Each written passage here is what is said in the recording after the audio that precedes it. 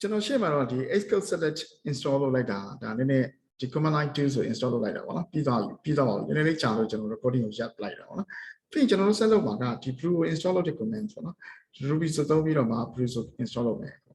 ဒါလည်းကြာမယ်နဲ့တူရပြ run ကြည့်လိုက်အောင်ပေါ့ကြာရင်ကျွန်တော်ခဏရပ်ပါမယ်ပေါ့နော် Brew ကို install လုပ်ခိုင်းလိုက်ပြီပေါ့နော် okay password ရိုက်ထည့်မယ်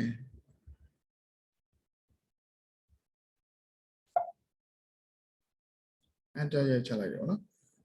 သူလည်း download Homebrew အတွက်ကိုလိုအပ်တဲ့ဒီ software တွေကို download လုပ်မှာပေါ့နော်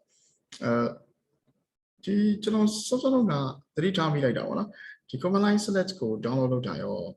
ဒီ Mac ရဲ့ဒီ package ကို download လုပ်တဲ့အခါမှာတချို့တွေပေါ့အားလုံးတော့မဟုတ်ဘူးဒီ VPN လုပ်ရပြ VPN မပါရင်အရင်ကြာတယ်ပေါ့ဆိုတော့ဖြစ်နေတော့တခုတားမြစ်ထားတဲ့ဟာလေးညှိနေတယ်နဲ့တူပါတယ်အဲ့တော့ကျွန်တော်တို့ဒီ Brew ကို install လုပ်တဲ့အခါမှာကျွန်တော်တို့ VPN ဖွင့်ပြီးတော့ပေါ့နော် VPN ကျွန်တော်ကတော့ဒီဘာသုံးလဲဆိုတော့ဒီ VPN လေးသုံးတယ်ဗျကျွန်တော် set ထဲမှာရှိတယ်ဒီ Peternet ဆိုတာသူမဆိုအောင်သူသုံးတာအဆင်ပြေတယ်ပေါ့နော် Xcode လေးဒီမှာ down နေတာရလို့ရအောင် install လုပ်နေတာဆိုတော့ခဏစောင့်လိုက်ပါဗျအဲ့ဒါ Xcode ကတားလို့နေဆိုင်တော့မဆိုင်တော့ကျွန်တော်ဒီ iOS ကိုနည်းနည်းလုပ်ချင်လို့ပေါ့နော်မလုပ်ဖြစ်သေးပါဘူးလုပ်တော့ပါဒီမှာ download လုပ်တယ် okay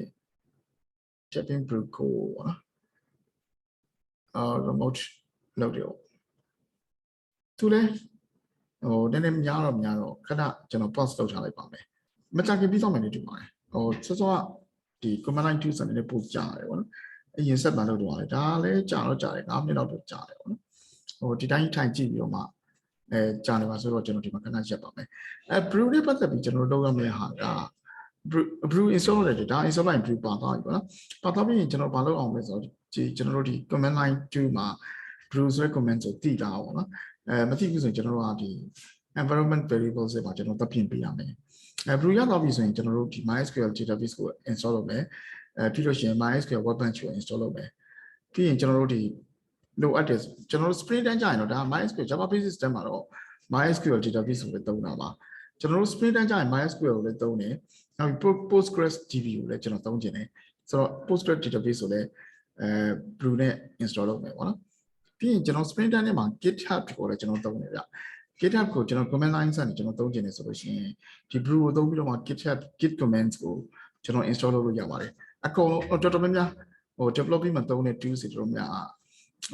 Brew ကိုသုံးပြီး install လုပ်လို့ရတယ်ပေါ့နော်ကျွန်တော်ဒီ Brew ကိုသုံးပြီး install လုပ်ချင်တာက MySQL database MySQL workbench ဒါ Java Basic System အတွက်ပြီးလို့ရှိရင် PostgreSDB ဒါ Spring တန်းအတွက်ကျွန်တော်လည်းလက်တွေ့ဒီနောက်ကွယ်မှာ Postgres database သုံးပါတယ်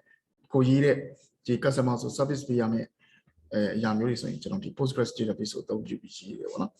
နောက်တစ်ခုကဘာလဲဆိုတော့Postgres ရှိတယ်ပြီးကျွန်တော် Maven 2လေးတွေ Maven command line 2စီ install လုပ်မယ်ပေါ့နော်ပြီး git command line 2စီ install လုပ်မယ်အဲ့ဒါတွေအကုန်လုံးက Brew နဲ့ install လုပ်လို့ရပါတယ်ပေါ့နော် okay ကျွန်တော်တရားကြီးကကြာနေမှာဆိုတော့ကျွန်တော်ဒီမှာခဏရက်လိုက်မယ်Brew ဒီ Brew ကို install လုပ်ပြီးတော့မှ setup လုပ်တဲ့နေရာလေးစပြီးတော့မှကျွန်တော်တို့ဆက်ပြီးတော့မှရေးကြည့်ကြရအောင် recording ပြန်ဖမ်းပါအောင်ပေါ့နော်ကျွန်တော်ဒီမှာခဏရက်ထားမယ်အလကားတာကြီးစောင့်ကြည့်နေပြီးတော့မှအချိန်ကြာမလဲလကားလေးဆိုတော့ကျွန်တော်ဒီမှာ recording ကိုရက်လိုက်ပါမယ်ခင်ဗျာ